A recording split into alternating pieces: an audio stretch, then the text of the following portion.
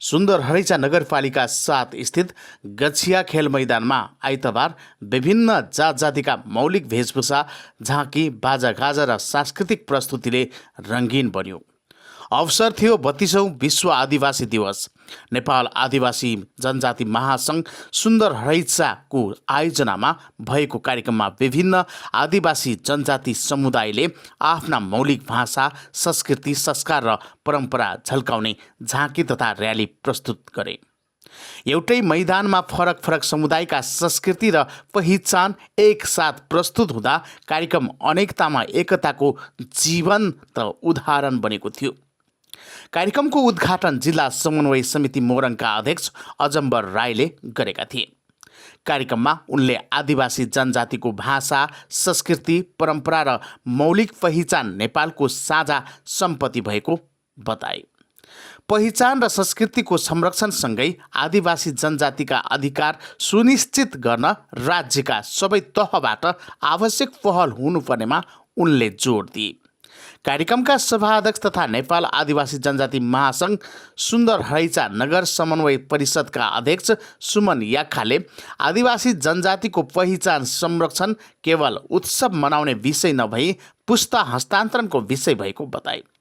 उनले राष्ट्रिय मूलधारमा रहेर पनि आफ्नो मौलिक पहिचानलाई जोगाउँदै अघि बढ्नुपर्नेमा जोड दिए। अनेकताभित्र एकताको भावनालाई कायम राख्दै हाम्रो भाषा, संस्कृति, परम्परा र पहिचानलाई पुस्तौसम्म हस्तान्तरण गर्नुपर्छ। हामीले नयाँ पुस्तालाई आफ्नो संस्कृति हस्तान्तरण गर्न जानेनौँ भने भोलि हाम्रो मौलिक पहिचान नै सङ्कटमा पर्न सक्छ, याखाले भने। नेपाल आदिवासी जनजातिकै विविधताका कारण बहुभाषिक, बहुजातीय र बहुसांस्कृतिक देश बनेको उल्लेख गर्दै उनले यही विविधता नेपालको शक्ति र गौरव भएको बताए। आदिवासी जनजातिको अधिकार, सम्मान, सहभागिता र पहिचानका लागि समुदाय स्वयं सचेत र सङ्गठित हुनुपर्ने उनको भनाइ थियो। सुन्दर हरैचा नगरपालिकाकी उपप्रमुख अक्कली चौधरीले स्थानीय तहले आदिवासी जनजातिको मौलिक संस्कृति र परम्पराको संरक्षण तथा प्रवर्धनमा समुदायसँग सहकार्य गर्दै अघि बढ्नुपर्ने बताइन्।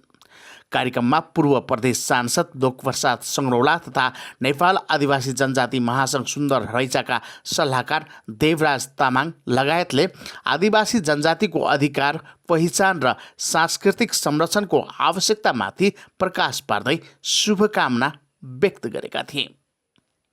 दिवसलाई सांस्कृतिक रूपमा थप आकर्षक बनाउन राष्ट्रिय कलाकार बबिना किराती तथा भोइस किड्सकी फिनालिस्ट कविना राई लगायतका कलाकारले साङ्गीतिक प्रस्तुति दिएका थिए। कलाकारका प्रस्तुतिमा दर्शकले मनोरञ्जनसँगै स्थानीय प्रतिभाको उत्साह समेत देखाएका थिए। कार्यक्रमको अर्को आकर्षण थियो विभिन्न जात जातिका मौलिक झाँकी तथा र्याली। गुरुङ, मगर, तामाङ, राई, लिम्बू, सुनवार, नेवार, थारू, राजवंशी, धिमाल, माझी, भोटेल, दनुवार लगायतका समुदायले आफ्नो मौलिक वेशभूषा, संस्कार, संस्कृति र परम्परा प्रदर्शन गरे। फरक भाषा, फरक वेशभूषा र फरक संस्कृतिका समुदाय एउटै उत्सवमा सहभागी हुँदा सुन्दर हरैचाको बहुसांस्कृतिक स्वरूप झल्किएको थियो।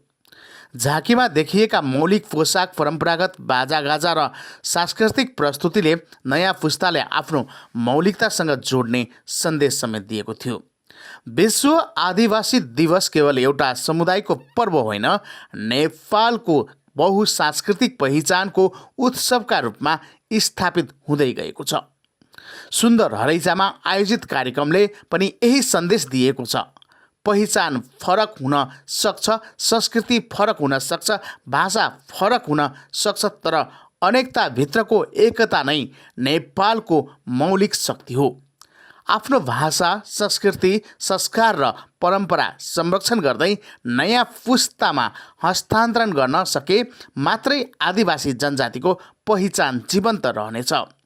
यही प्रतिबद्धता र उत्साहका साथ सुन्दर हरैचामा मनाएको 32औं विश्व आदिवासी दिवसले पहिचान संरक्षणसँगै सह-अस्तित्व, सम्मान, सहभागिता र राष्ट्रिय एकताको सन्देश छाडेको छ। जनचर्चा टाइम्सका लागि मोरङको सुन्दर हरैचाबाट एलएन गच्छदारको रिपोर्ट।